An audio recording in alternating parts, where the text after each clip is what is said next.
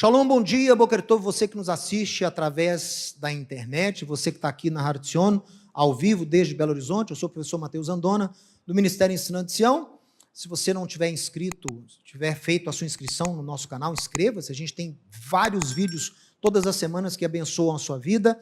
E hoje é um tema especial. Hoje nós vamos pedir licença um pouco ao calendário que seguimos aqui todos os sábados, as porções da Torá, porque eu fui compelido pelo atual contexto de mudar o assunto que seria ministrado hoje. Eu quero falar hoje, dê uma olhada aqui, sobre restaurando o primeiro amor. Restaurando o primeiro amor. Vivemos em dias, meu irmão, de grande degradação social. Sabe o que eu estava pensando ontem? As pessoas adoram estudar Apocalipse. Mas Apocalipse é o livro mais difícil da Bíblia de ser estudado. Porque ele é um livro simbólico. Ele não é literal. Os números de Apocalipse não são números aritméticos, são números simbólicos. Então, por isso que o grego tinha muita dificuldade de entender Apocalipse, porque João, ele usa de uma simbologia e ele usa de coisas que eram comuns ali ao seu tempo. E João profetizou algo logo no início do livro, sobre os selos, né? Você vê lá os selos que são abertos pelo Cordeiro, e a cada selo tem um cavaleiro que é designado para poder instaurar juízo sobre a terra. E eu vendo esses conflitos todos no mundo, o mundo todo com conflito, né? Conflitos de origem sociopolítica, né? Não são mais conflitos de ordem regional, igual a gente tinha antigamente, são conflitos de ordem política, sociedades divididas. E na Apocalipse fala o quê? Que há um cavaleiro lá em Apocalipse 6, que é o do segundo selo, se eu não me engano, é o cavalo vermelho. Esse cavaleiro recebe a espada, e ele vai tirar a paz da terra. Mas não é um conflito, grandes conflitos armados, Terceira Guerra Mundial, não é esse conflito que esse cavaleiro vai implantar aqui, não. É o conflito entre irmãos. É o conflito intrasocial na sociedade. Sociedades estarão divididas. Irmão vai ter contenda com o irmão, pai vai ter contenda com o filho. Olha que, sinceramente, eu acho que esse cavaleiro já está atuando aí no nosso meio, principalmente na sociedade ocidental. E não é à toa que ele é vermelho, quem tem ouvidos para ouvir, ouça. Mas vamos passar aqui, senão vão bloquear. E aí, isso vem e tira a paz das nações, divide as nações. Olha, meu irmão, é como se esse cavalo vermelho com o seu cavaleiro já estivesse atuando aqui no mundo.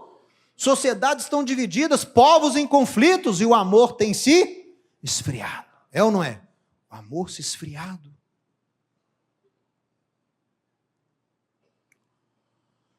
Mas, em meio ao aumento da maldade e da iniquidade, qual é a sua missão? Cruzar os braços e observar o mundo se deteriorar? Essa é a posição do justo? Assim age o justo perante a barbárie? Assim age o justo perante a maldade? Não. A missão do justo é transformar vidas pelo poder das boas novas, é santificar almas pela obediência à palavra, é mudar o mundo com base no seu testemunho. A nossa missão é perseverar rumo à restauração de todas as coisas. Essa é uma grande dificuldade que as pessoas têm, especialmente no mundo cristão. Porque no mundo cristão, e eu falo isso aqui com todo amor, tá? Como judeu, discípulo de Yeshua, faço parte da igreja, mas eu digo a você, nós temos no cristianismo um conceito de soteriologia muito individual. A salvação é muito individual. Os cristãos não têm muita ideia de salvação coletiva. Porque essas promessas de salvação coletiva foram dadas a Israel. Em Israel você lê a nação de Israel sendo salva, a nação de Israel sendo alcançada, a nação de Israel recebendo a revelação de Yeshua, são promessas à nação. Mas o cristão, como se desconectou dessa origem, dessa proximidade com Israel lá na antiguidade, ele absorveu um conceito de salvação muito individualista. Eu vou ser salvo, eu vou para o céu, eu estou salvo, e esquece que há por trás o quê? Uma coletividade que é muito importante nos planos de Deus. E a pessoa esquece que você não só recebe salvação coletiva, mas há uma missão coletiva. A missão do judeu não é assistir à maldade e à degradação do mundo. A missão do judeu é o quê? Transformar o mundo, é fazer tikkun olam. Tikkun olam é transformar o mundo, restaurar o mundo, consertar o mundo. Letaken quer dizer consertar. Não importa se está profetizado, se vai acontecer A, se vai acontecer B, se vai acontecer C, se tem um cavaleiro preto, se tem um cavaleiro vermelho, se tem cavaleiro... Não importa! A previsão, a predição não anula a sua obrigação de lutar contra o mal. E Deus já está julgando o seu povo pela inércia frente à barbárie. Inércia alimentada por um espírito triunfalista, individualista e egoísta. Quando vemos barbáries acontecendo no mundo, quando vemos cenas de antissemitismo em Nova York, quando vemos cenas de antissemitismo em Los Angeles, quando vemos inocentes sendo mortos lá, bebês sendo queimados, mais de 1.000 judeus mortos num dia, covardemente, mulheres estupradas até a pelvis fraturar, corpos queimados, bebês queimados em fogões. Quando a gente vê isso tudo, e aí a pessoa vira para você e fala assim, tudo isso tem que acontecer para Jesus voltar. Meu irmão, você quer me tirar do sério, você quer fazer meu sangue borbulhar, você quer testar a minha longanimidade, é você falar uma coisa dessa para mim. Você vai me levar ao meu limite. Tem que acontecer. Aí você vê o antissemitismo, você vê, né, essa opressão, você vê a intolerância, você vê a barbárie. Tudo isso tem que acontecer. Por que vocês estão preocupados? Senta e relaxa. Assiste de camarote. Tem que acontecer.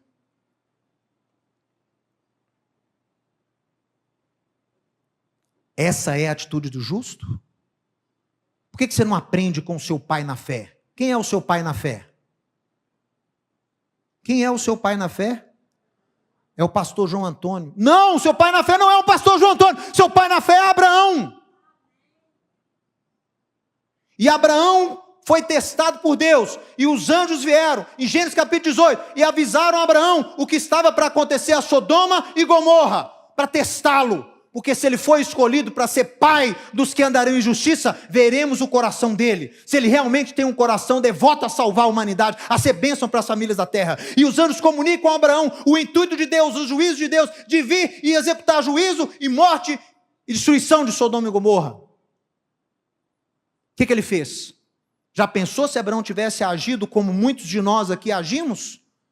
Ah, Senhor, o Senhor quer destruir Sodoma? Já era a hora. Já era a hora. O Senhor demorou muito. Olha, pecam, enchem minha paciência. Eu não aguento mais esses pecadores. Eu estou pronto para poder ficar livre desses pecadores. Foi essa a atitude de Abraão. Abraão arriscou a própria vida e o próprio chamado para salvar o máximo de pessoas possíveis naquele lugar. Ele intercedeu a Deus pela presença salvadora do justo. Que a presença do justo possa abençoar o ímpio. Poupa o ímpio por amor ao justo. Mas não foram achados nem 10 justos lá. Então eu não vejo os cristãos emulando esse coração de Abraão. O amor, não ao sistema do mundo, mas o amor à criação de Deus ao homem. O intuito, a missão de salvar, de melhorar, de resgatar. Olha, Você tem que perseverar. E como eu disse aqui, perseverar não é você perdurar o sofrimento. Eu tenho que perseverar, eu estou sofrendo, eu vou aguentar. Não é esse tipo de perseverança que Yeshua declara lá em Mateus capítulo 24. Aquele que perseverar até o fim, será salvo. Perseverar, o que é perseverar? Perseverar na sua missão de ser luz, na sua missão de salvar, na sua missão de ajudar, na sua missão de reverter o mal. Você não pode parar. Então, se nós nos calarmos perante a barbárie, a injustiça, a iniquidade, seremos julgados por Deus. Você vai ser julgado. Deus não julga, Deus é amor, não julga. Não, Ele é juiz. E Ele julga sim. E vai julgar a cada um de nós conforme as nossas obras. Se você se calar perante a barbárie, você vai ser julgado. E não só um juízo do mundo vindouro. Você é julgado agora. Porque você acha que essa barbárie vai parar no outro? Quem te garante que não vai chegar até a sua casa? Isso que está acontecendo é só lá nos Estados Unidos, é só lá na Califórnia. É? Se você não fizer nada, vai chegar aqui. Aliás, já tem chegado aqui, né? Meu irmão, nós somos amantes da justiça, diga amém. Se você ama a Deus, você ama a justiça, porque Deus é justiça, Deus é retidão. Se você ama a Deus, você ama a moral divina, diga amém. Se você ama a Deus, você ama a ética capaz de curar sociedades oprimidas em cárcere. Perseverar não é você perdurar o sofrimento, mas você continuar a obra transformadora do mundo. Transformar o mundo novamente na casa de Deus. Essa é a sua missão. Transformar o mundo na casa de Deus. Fazer com que o mundo, mais uma vez, resplandeça a luz de Deus. E você tem que fazer isso o quê? Resplandecendo você, a luz do Messias, através das suas obras. Apesar da maldade do mundo. A maldade do mundo não pode te frear, a maldade do mundo tem que te motivar. Eu quero mostrar algo para vocês aqui. A foto da esquerda é lá da Universidade de Columbia, em Nova York, onde você tem ali um cartaz, né? Alunos da universidade, apregoando claramente ali, do rio ao mar, a Palestina será livre. Ou seja, do rio, é o Rio Jordão, ao mar Mediterrâneo, a Palestina vai ser livre de judeus, né? Então, para onde vão os judeus? Então, estão clamando abertamente o extermínio da nação judaica. 8, 9 milhões de judeus que estão lá hoje vão para onde? Se do rio ao mar vai ser tudo de Palestina. E, tanto lá quanto aqui na foto da direita, você vê aqui pichações nazistas dentro da Universidade da Califórnia, da Universidade de Los Angeles, da Califórnia, UCLA. Colômbia, em Nova York, Califórnia, onde alunos judeus são impedidos de entrar e assistir aula simplesmente porque são judeus. Não tem outro motivo. É judeu? Então você não pode entrar. Mas por que eu não posso entrar? Você é judeu. E a segurança da escola complacente com aquela atitude dos alunos. Eu vi um vídeo que eu fiquei estarrecido. O segurança lá em pé, os alunos protestando, aí chega um aluno judeu. Aí os outros alunos com lenços, esses lenços árabes, ficam lá na frente, não deixam o judeu entrar. E o segurança do lado olhando. Aí o aluno falou, o senhor não vai fazer nada? Eu pago para assistir aula aqui, eu tenho o mesmo direito que eles, por que eu estou sendo impedido de entrar? Ele não falou nada. Em pleno 2024, meu irmão. Aqui, essa pichação de baixo, foi lá em Las Vegas, ó. Morte aos judeus, liberta em Gaza.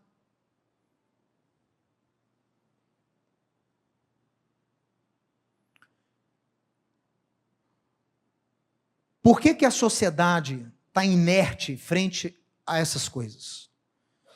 Desculpa eu falar aqui, desculpa. Olha para mim. Olha para mim.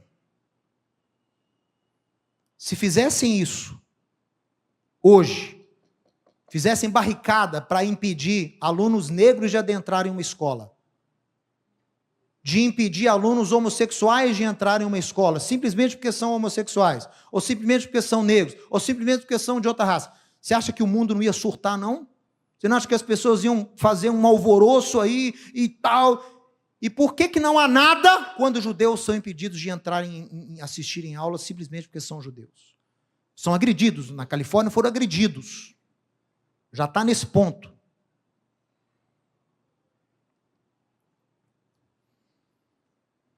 E eu não cobro de quem não conhece a palavra. Quem não conhece a palavra, eu tenho que ser luz. Ele não tem referência, ele não tem referencial, ele não tem palavra, ele não tem Bíblia, ele não tem moral, ele não tem ética. É o ímpio, né? Mas e o mundo cristão? O mundo cristão tem Bíblia, tem moral.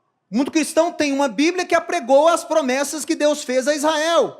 Zacarias fala, não mexam com Israel, é a menina dos meus olhos. O cristão tem a mesma Bíblia que o judeu. Pelo menos a Bíblia hebraica é igual. Cadê as manifestações? Como eu disse aqui, cadê os grandes pastores colocando aí o seu poder midiático em prol da justiça? Isso aí, ó, aí você tem que ser intolerante mesmo. Eu não posso tolerar isso, não. Um povo merece aquilo que tolera. Eu não posso tolerar isso. Isso não é uma manifestação que traz diversidade cultural, não. Isso é barbárie, isso é errado. Isso é antissemitismo. Isso é racismo. E onde está o posicionamento do mundo cristão contra o que está acontecendo? Não se vê. Vê-se sim manifestações pontuais.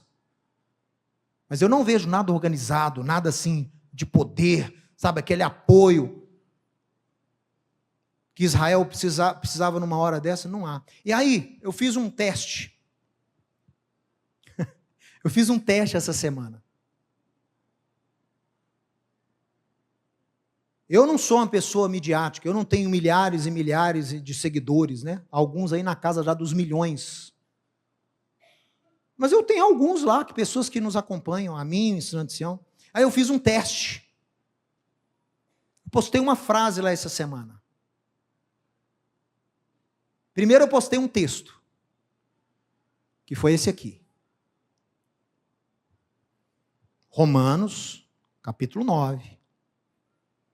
Texto bem claro. Porque eu mesmo, Paulo, desejaria ser separado do Messias por amor dos meus irmãos, os meus parentes segundo a carne, os quais são israelitas, que é um sinônimo aqui de judeu. Nesse contexto aqui não tem diferença, judeu e israelita. Por quê? Dos judeus é a adoção. É. Ele não fala foi. Dos judeus foi a adoção antes de Cristo. Agora, com Cristo, é a igreja que é o povo escolhido. Paulo fala isso? Paulo ensina isso? Não. Dos judeus é a adoção. Presente. Dos judeus é a glória. Dos judeus são as alianças. No plural. A aliança mosaica de Moisés é do judeu. A aliança nova é para a igreja. Não. Paulo falou que todas foram feitas com os judeus. E é verdade. A nova aliança está descrita em Jeremias, capítulo 31. Eis que farei com a casa de Israel, com a casa de Judá, uma Brit Hadashah, uma nova aliança. Então as alianças são deles, a adoção é deles, eles continuam sendo filhos de Deus, a escolha de Deus continua valendo, a glória é deles. O que mais? A promulgação da Torá vem através deles, o culto, as promessas foram dadas a eles, e deles são os patriarcas, e deles descende segundo a carne o Cristo. Vou falar de novo. E dos judeus descende fisicamente o Cristo, que é Deus bendito sobre toda a carne, sobre todos nós. Amém?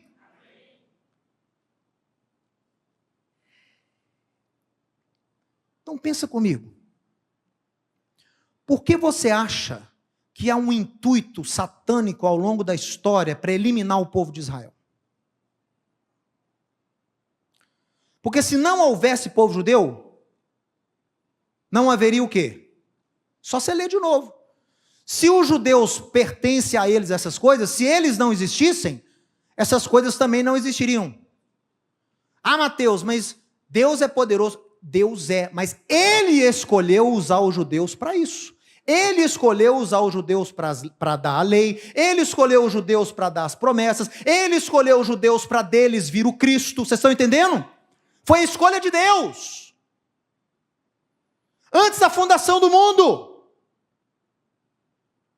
Então, logicamente, se não existisse judeus, não tinha patriarca. Não tinha profeta. Não se conhece na Bíblia. Não tinha apóstolo. Tinha?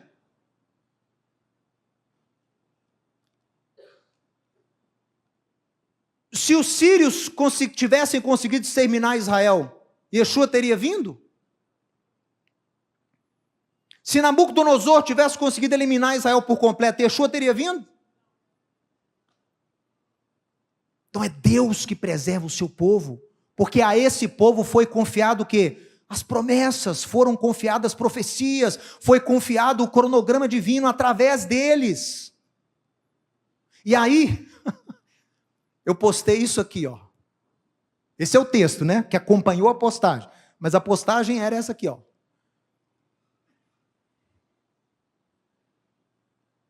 Sem judeus, não haveria patriarca, profeta, apóstolo, Bíblia, nem um Salvador. Baseado naquilo que escreveu Paulo. Se Yeshua descende fisicamente dos judeus, e você fala que não tem mais judeus, então não pode haver Cristo, porque Cristo tem que vir da família davídica. Cristo tem que vir do judeu. Cristo não pode ser chinês, Cristo não pode ser sueco, Cristo não pode ser finlandês, ele tem que ser judeu. Se não houvesse judeu, o plano de Deus de enviar o Messias pela casa de Davi não funcionaria. Teria que ter outro plano. E aí, eu postei isso aqui. Graças a Deus, a maioria das reações foram positivas. Mas, infelizmente, eu tive um tipo de reação muito comum. E, novamente, era uma análise, como se fosse um teste social aí, que eu estava fazendo. E aí eu vi um tipo de reação muito comum, de evangélicos. Que eu me senti, muitas vezes, né? Desculpe eu falar aqui, mas para mim é um argumento tão infantil, tão quinta série. Já viu isso, negócio de quinta série? Já viu gente que tem mentalidade de menino de quinta série? Então eu posto isso aqui, aí as pessoas, muitos, né, escreveram assim: ah, mas Deus é maior que os judeus. Ah, mas Jesus é maior que os judeus. Meu irmão, que brincadeira esquisita é essa? Você acha que eu estou brincando? Você acha que é um jogo de quem é maior? É um joguinho de que quinta série é essa? Onde vocês estão com a cabeça? Você acha que eu estou postando isso aqui para falar que judeu é maior que Deus, meu irmão? Quem é que escolheu os judeus? Quem é que formou Abraão do nada? Chamou Abraão do nada? Que infantilidade espiritual, que pobreza de espírito é essa? Que paira sobre o povo de Deus? Que coisa mais esquisita. Que espírito de quinta série. Mas Deus é maior que os judeus. Se não tivesse Jesus, não teria judeu. Não é competição, não. Eu não estou competindo para ver quem é maior, não, meu irmão. Eu estou atestando a você que ao judeu, a importância que o judeu tem. E se você é cristão verdadeiro, você tem que acreditar nas palavras do apóstolo Paulo. Ainda é deles. A adoção ainda é deles, a escolha ainda é deles, as profecias ainda são para eles, as promessas ainda são deles, as alianças foram feitas com eles. Ah, mas Deus não faz acepção de pessoas, não tem povo escolhido. Tem sim, ele não é comunista. Tem sim um povo escolhido. E você é abençoado não porque você anula essa escolha, mas porque você adentra ela, você entra nessa escolha. Você entra com o judeu nessa escolha. Aí você lê um negócio desse aqui, com a sua mentalidade, desculpa eu falar isso aqui, com a sua mentalidade quinta série, você fica chateado, porque você não é judeu, e o outro está escrevendo lá que tudo é do judeu, nada é meu. Meu irmão, você tem acesso a tudo isso, porque em Yeshua você foi o quê? Aproximado à comunidade de Israel, você foi feito co-herdeiro, co-participante, com-cidadão, com os judeus. Então as promessas também valem para você, os patriarcas também valem para você, os profetas também profetizaram para você, a história de Israel passa a ser a sua história.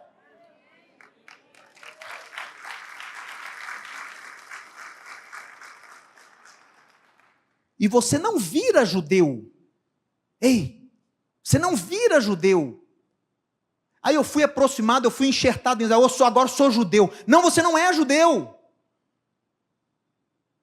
Você é servo, serva de Deus, que foi aproximado ao povo de Deus. Você é família de Deus agora, junto com os judeus. Você não perde a etnia quando você recebe a Cristo, perde. Você continua mantendo sua etnia, mas você é parte de um propósito maior, você está junto com os judeus, junto com, não no lugar de, mas junto a. Aí as pessoas leem esse versículo com base nas palavras de Paulo no Romanos capítulo 9 e ficam com dor de cotovelo. Por que ficam com dor de cotovelo? Porque acham que o judeu é um povo separado, que não tem nada a ver com eles mais. O cristão vê o judeu, o cristão vê Israel como sendo um contingente que não tem nada a ver com ele, em nenhum aspecto. Se você pensa assim, você vai ficar com dor de cotovelo mesmo. Mas se você entende a teologia apostólica do enxerto, da aproximação, você vai ter crise de identidade, baixa estima. Pelo contrário, olha, em Cristo, em Yeshua, eu que não sou judeu, fui aproximado, eu estou junto com eles, então eu faço uso das promessas, eu faço uso das bênçãos, faço uso da glória, faço uso da lei, faço uso do Messias deles. Se salva eles, vai me salvar também, porque eu estou dentro.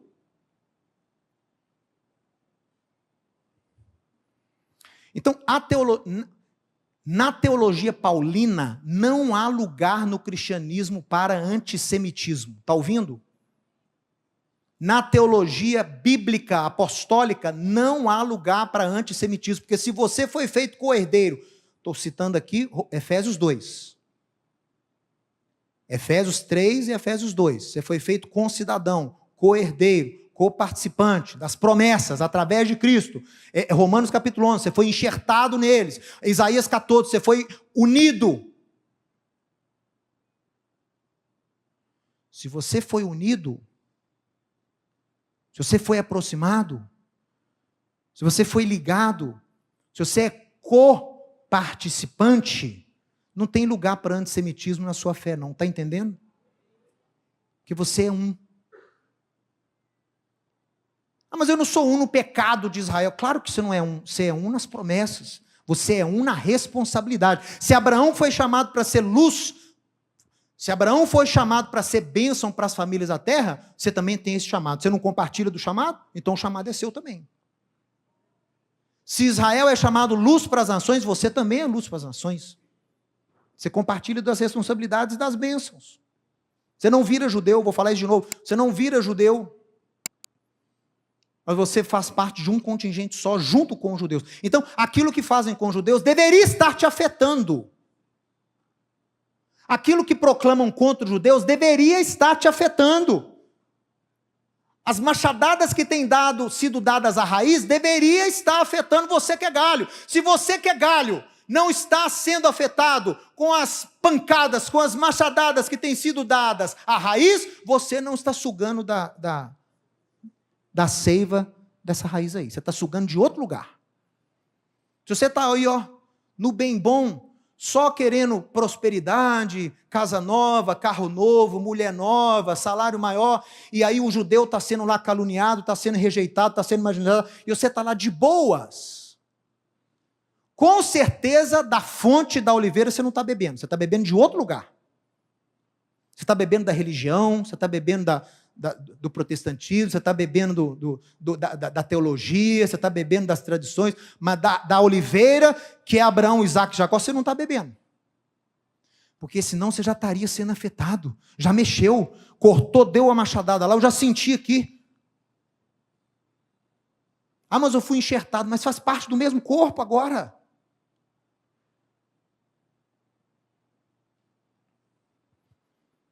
Então foi uma experiência positiva, porque a maioria dos comentários, as pessoas entenderam que eu não estava fazendo competiçãozinha de quinta série, para ver quem é maior, se é Deus ou é judeu, é Jesus ou é judeu. Eu estou simplesmente traduzindo para a linguagem de hoje aquilo que Paulo ensinou em Romanos 9. E muito crente evangélico surtou. Porque não aprende isso. Porque risca Romanos, de 9 a 11, eles riscam da Bíblia deles.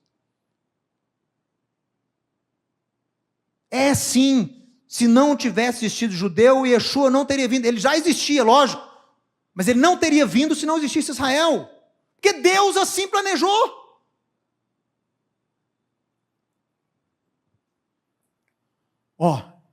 E aí, meu irmão, já finalizando, nós estamos vivendo em época escatológica. O Apocalipse não é mais para o futuro, não. O Apocalipse é para hoje. Falei aqui do cavaleiro lá, do cavalo vermelho. Pensa nele aí, tá? Pensa nele aí, esse cavalo vermelho. Pensa nele. Que tira a paz da terra. Que demônio, tira a paz da terra. Tira a paz das famílias, da sociedade.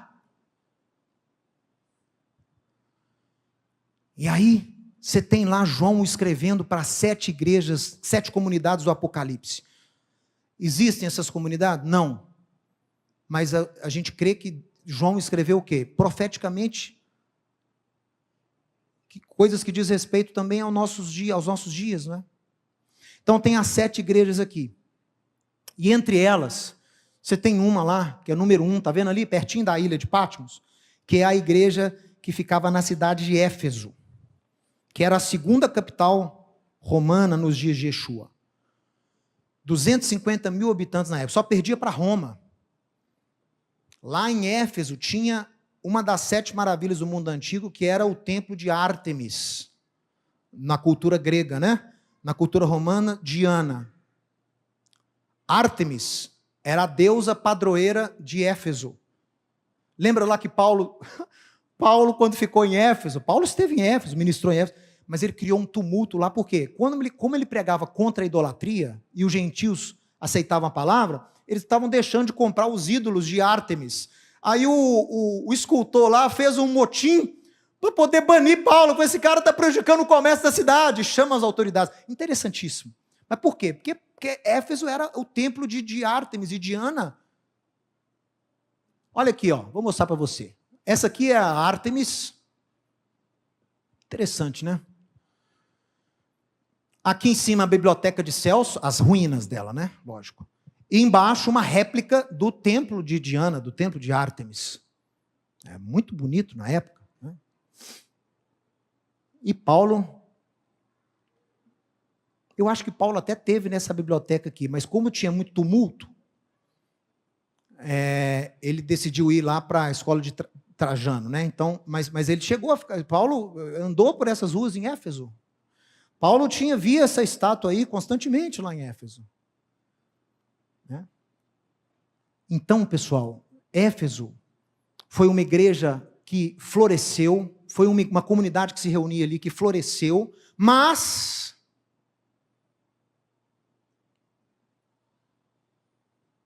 Éfeso também foi palco de uma grande divisão no cristianismo. Quando no concílio que fizeram, esses gentios se reuniram, crentes, né, cristãos, esses gentios se reuniram para decidir sobre a fé, que eles faziam desde o século III, século IV, e em 431, em Éfeso, eles fizeram um concílio, e lá eles estabeleceram o conceito de Theotokos, mãe de Deus. Então eles estabeleceram que Maria é considerada a mãe de Deus e a sua veneração seria legítima no cristianismo. Claro que a gente entende por que fizeram isso, porque Éfeso já era a cidade que Diana era padroeira, então eles só trocaram o nome dos ídolos, mas isso trouxe um resultado catastrófico para a história da igreja. A igreja se dividiu nessa época e só foi reunida, sabe quando? Nessa época a igreja do Oriente se dividiu, né, de Roma.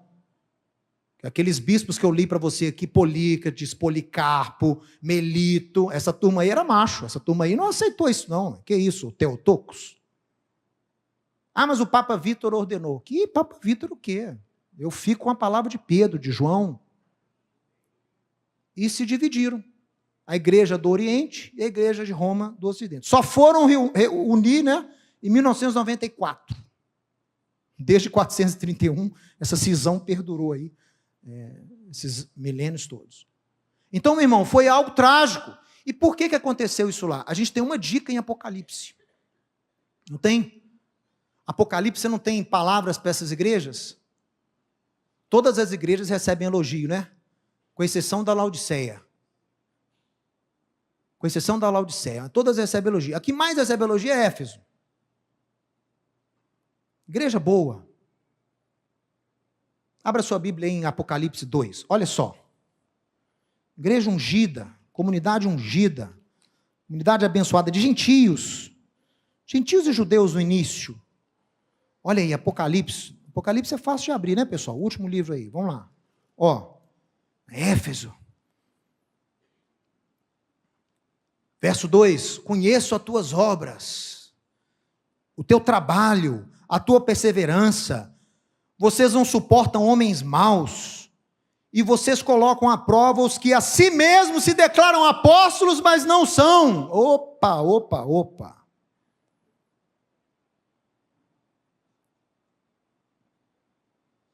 E vocês têm perseverança, e vocês suportam provas por causa do meu nome, e vocês não se deixaram esmorecer. Presta atenção nessa palavra.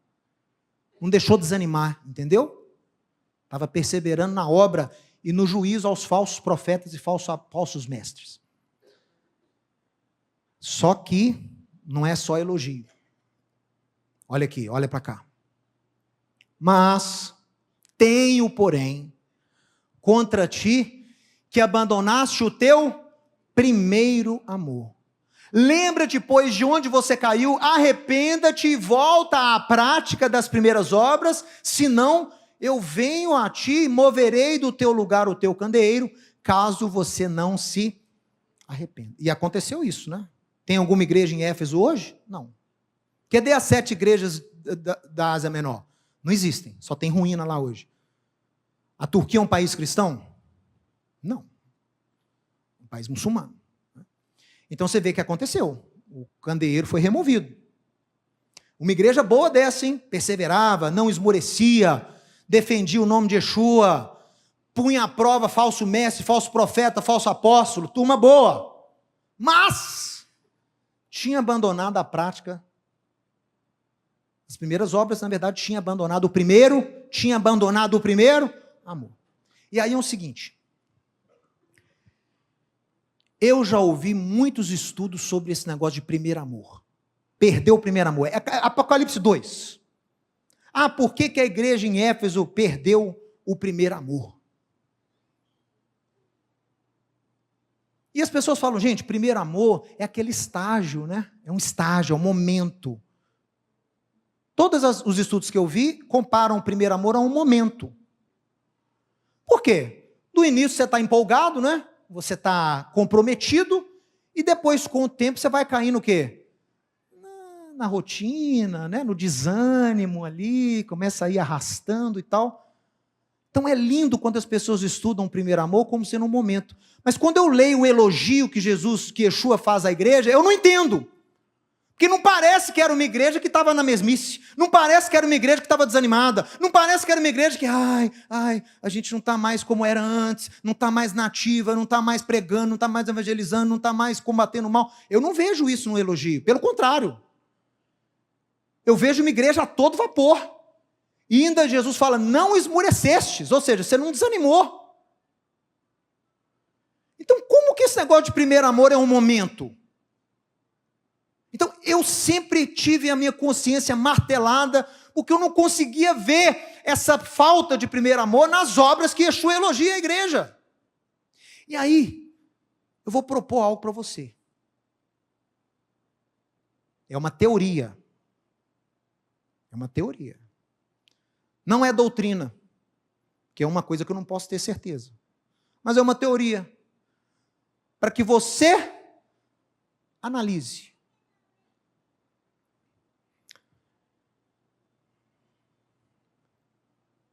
E se esse primeiro amor não fosse um momento, mas fosse algo, fosse alguém?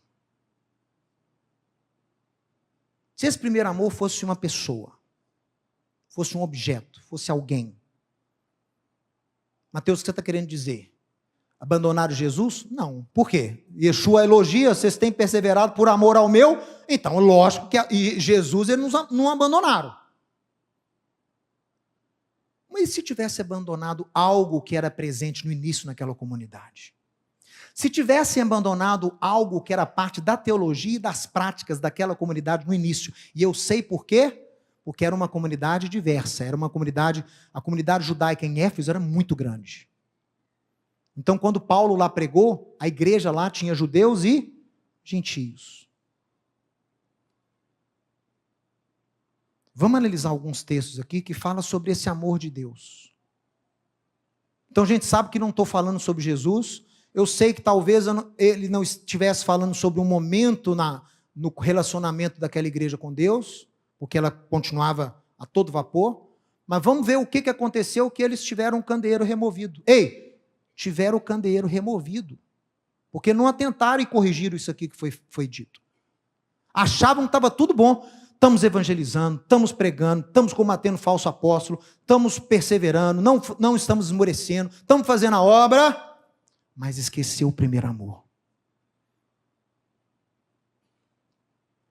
Lê comigo aqui. Jeremias 2:2. Vai e clama aos ouvidos de Jerusalém, assim diz o Eterno, lembro-te de ti, da tua afeição quando era jovens, e do teu amor quando era noiva. De como você me seguia no deserto, numa terra em que não se semeia. Então Israel, está falando de Israel, esse amor que Israel tinha com Deus. Então Israel era consagrado ao Senhor e era as primícias da sua colheita. Por isso que Israel foi chamado dentre as nações. Todos os que o devoravam se faziam culpados, e o mal vinha sobre eles, diz o Eterno. Então, esse relacionamento de amor que Deus tem com Israel, e Deus sente falta desse primeiro momento, onde Israel dependia de Deus 100%. Deus está lembrando aqui como marido, é Deus como marido falando para a esposa, eu lembro quando você era mais dependente de mim. Hoje você tem emprego, tem trabalho, ganha melhor do que eu, né, independente. Eu sinto falta daquela época que você me seguia, tudo que você queria, você me seguia. Né?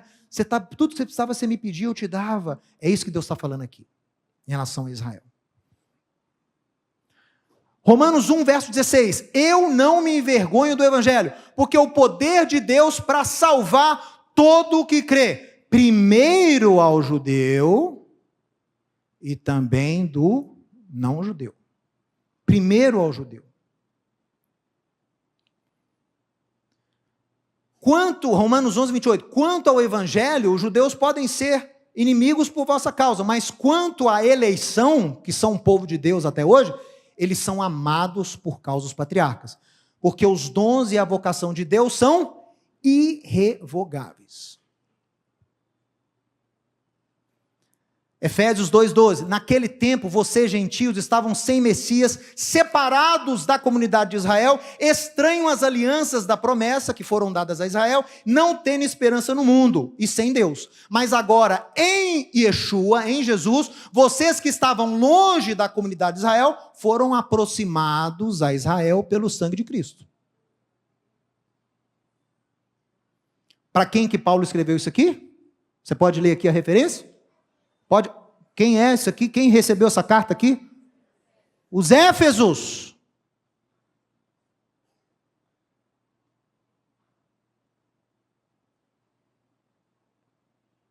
Vocês foram aproximados. Essa palavra em grego é politeia, comunidade, reino, cidade, estado. Então eu quero propor uma alternativa para a gente interpretar esse Apocalipse 2 aí. Esse perder o primeiro amor. Vou propor uma alternativa. Você está disposto a ouvir, pelo menos? Não precisa concordar, não, mas pelo menos ouça. Quero compartilhar uma teoria. Obviamente, o primeiro amor ao qual Yeshua se refere, ele não diz respeito a ele mesmo, porque a igreja estava perseverando no nome dele. Então, talvez esse primeiro amor não seja um modo ou uma fase, mas seja alguém.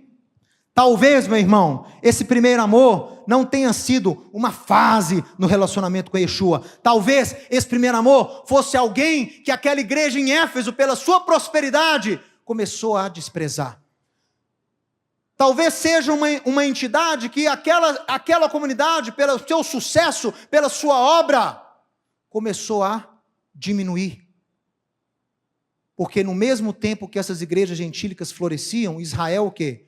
Era perseguido, era templo destruído, era judeu expulso, era subjugado. Então talvez, diga talvez, esse primeiro amor seja alguém, Israel. A igreja em Éfeso pode ter abandonado Israel e o povo judeu em suas obras e principalmente em sua teologia.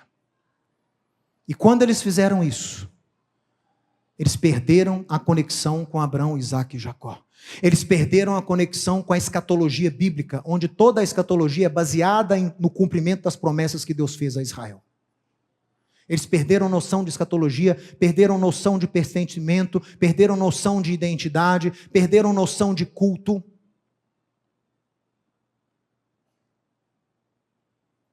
Perderam noção de Torá, de lei, de princípio, de valor. É de culto, né? De forma de adorar a Deus.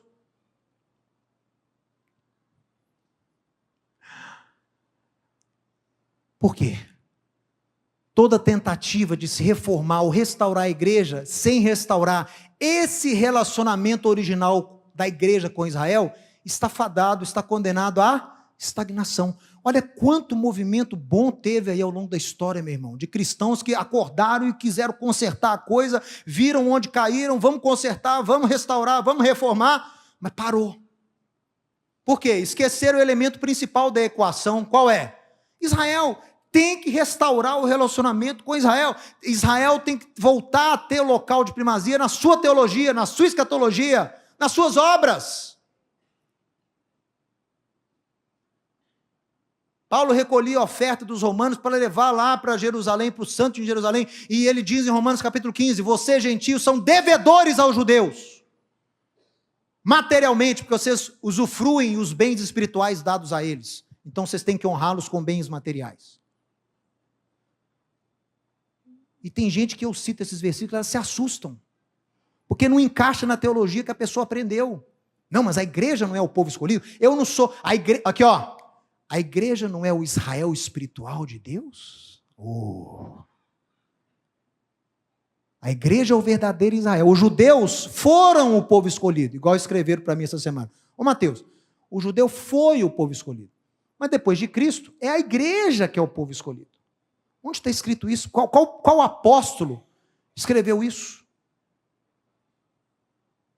Pelo contrário, os dons e as vocações de Deus em relação a Israel são irrevogáveis. Tira Israel da teologia, você não vai entender escatologia, você não vai entender promessa, você não vai entender lei e você não vai entender salvação. Você pode até usufruir dela, mas você não vai compreendê-la na plenitude. Porque você só pensa numa salvação individual. E Yeshua vem trazer mais do que isso. Yeshua traz uma salvação coletiva. Tira Israel da jogada, você não vai ter noção nenhuma do que é Tikkun Olam, restaurar o mundo. Tira Israel da jogada, você não vai ter noção nenhuma do que é ressurreição, porque você ainda crê que você vai morrer e ir para o céu, você vai passar a eternidade no céu, então você não entendeu nada do que é ressurreição, você não leu Oséias, você não leu Daniel, você não leu Ezequiel. Tirou Israel da teologia, tirou Israel, esqueceu, perdeu o primeiro amor.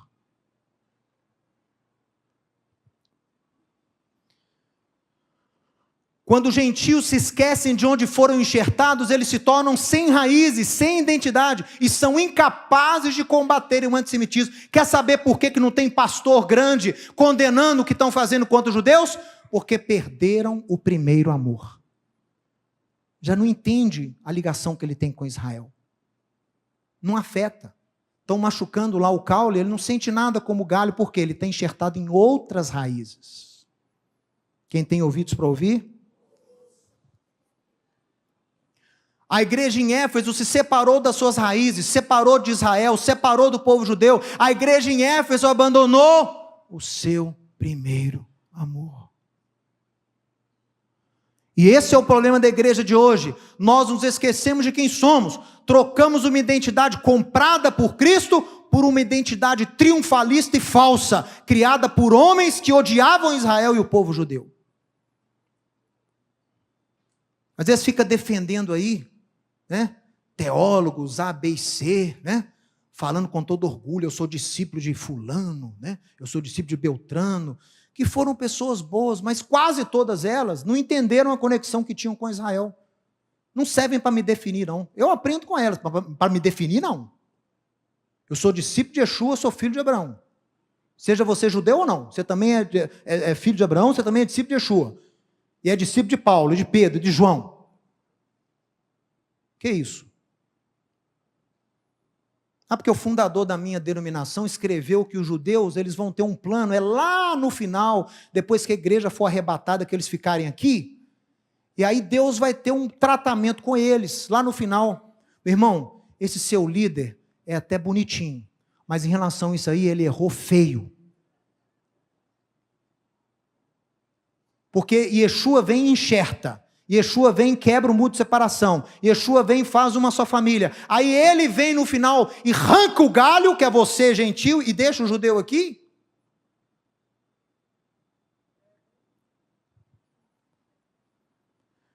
Temos que levar essa visão da restauração do modo bíblico. Tal como a mensagem de Yeshua às igrejas. Todo mundo tinha problema, mas todo mundo recebeu elogio. Todo mundo tinha obra boa. Menos Laodiceia. Mas todo mundo tinha obra boa. Eu valorizo a obra do... Eu não estou aqui condenando o cristianismo, não, meu irmão.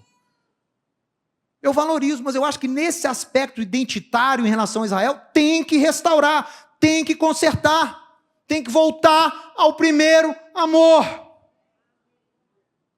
Vocês amam a Deus, vocês amam a Cristo, vocês têm feito uma boa obra, mas tem que restaurar o relacionamento com Israel, tem que restaurar a posição de Israel na Bíblia, na sua teologia, na sua fé, porque senão você não vai conseguir resistir ao que está por vir.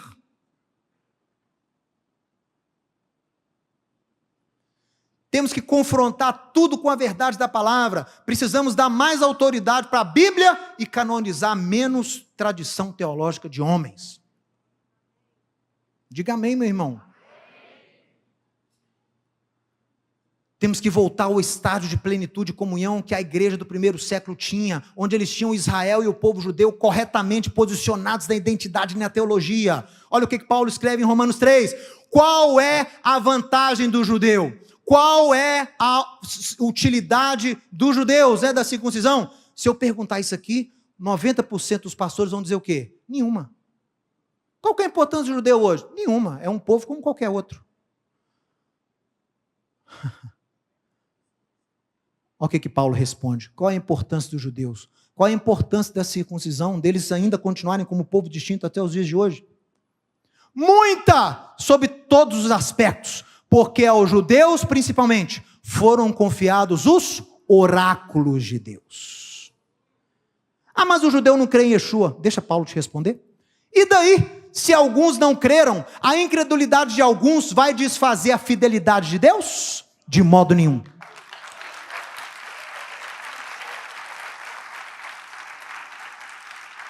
Então as pessoas não estudam o apóstolo, não estudam as palavras de Paulo no contexto original, fica estudando o que outros escreveram sobre Paulo, é ou não é? Eu vou estudar sobre Paulo, ele vai lá e compra um livro de Zwingli, de Moody, de não sei o quê, mas peraí, estuda o que Paulo escreveu. Não, eu tenho que escrever o que fulano escreveu sobre Paulo. Quem sou eu para interpretar o apóstolo Paulo? Como assim, meu irmão? Quem é você? Você sabe ler? Você sabe escrever? Você tem o Espírito de Deus? Então você pode estudar Paulo. E eu tenho certeza que Deus vai te revelar coisa que nem Calvino e Lutero sabiam.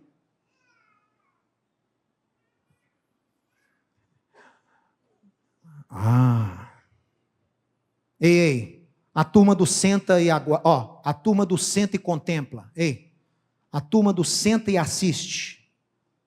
Vou citar aqui o pastor luterano Martin Niemöller, perseguido por Hitler. No início, ele era meio a favor do nazismo. Mas depois que ele viu o que estava acontecendo com os judeus, ele começou a se posicionar. Olha o que ele escreveu, que serve de lição para nós hoje, para você cristão que está me assistindo. Primeiro, está falando dos nazistas, né? Eles vieram buscar os socialistas. Eu fiquei calado, não fiz nada. Por quê? Eu não era socialista. Depois vieram buscar os sindicalistas. Eu fiquei parado. Por quê? Eu não era sindicalista. Em seguida vieram buscar os judeus. E eu também fiquei calado, porque eu não era judeu. Foi então que eles vieram me buscar, e já não havia ninguém para me defender. Quem tem ouvidos para ouvir? Você acha que o que está acontecendo com os judeus não vai acontecer com você, cristão? Hoje somos nós, amanhã serão vocês. Não achem que vão ser benevolentes com vocês, não. É hora de nos unir perante o inimigo comum e lutar com os que lutam.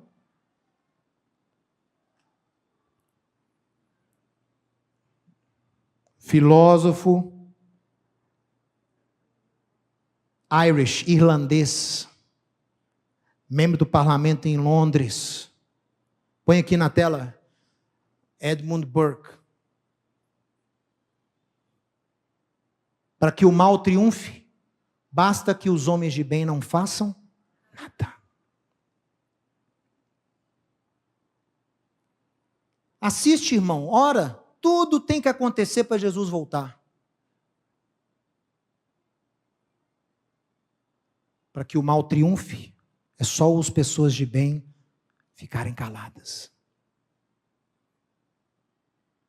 E eu termino citando para você Isaías: por amor de Sião, fique de pé, leia comigo, por amor de Sião, leia, não me calarei, por amor de Jerusalém, não me aquietarei, até que saia a sua justiça como um resplendor, e a sua salvação como uma tocha acesa, restauração já, em nome de Yeshua, amém, amém e amém.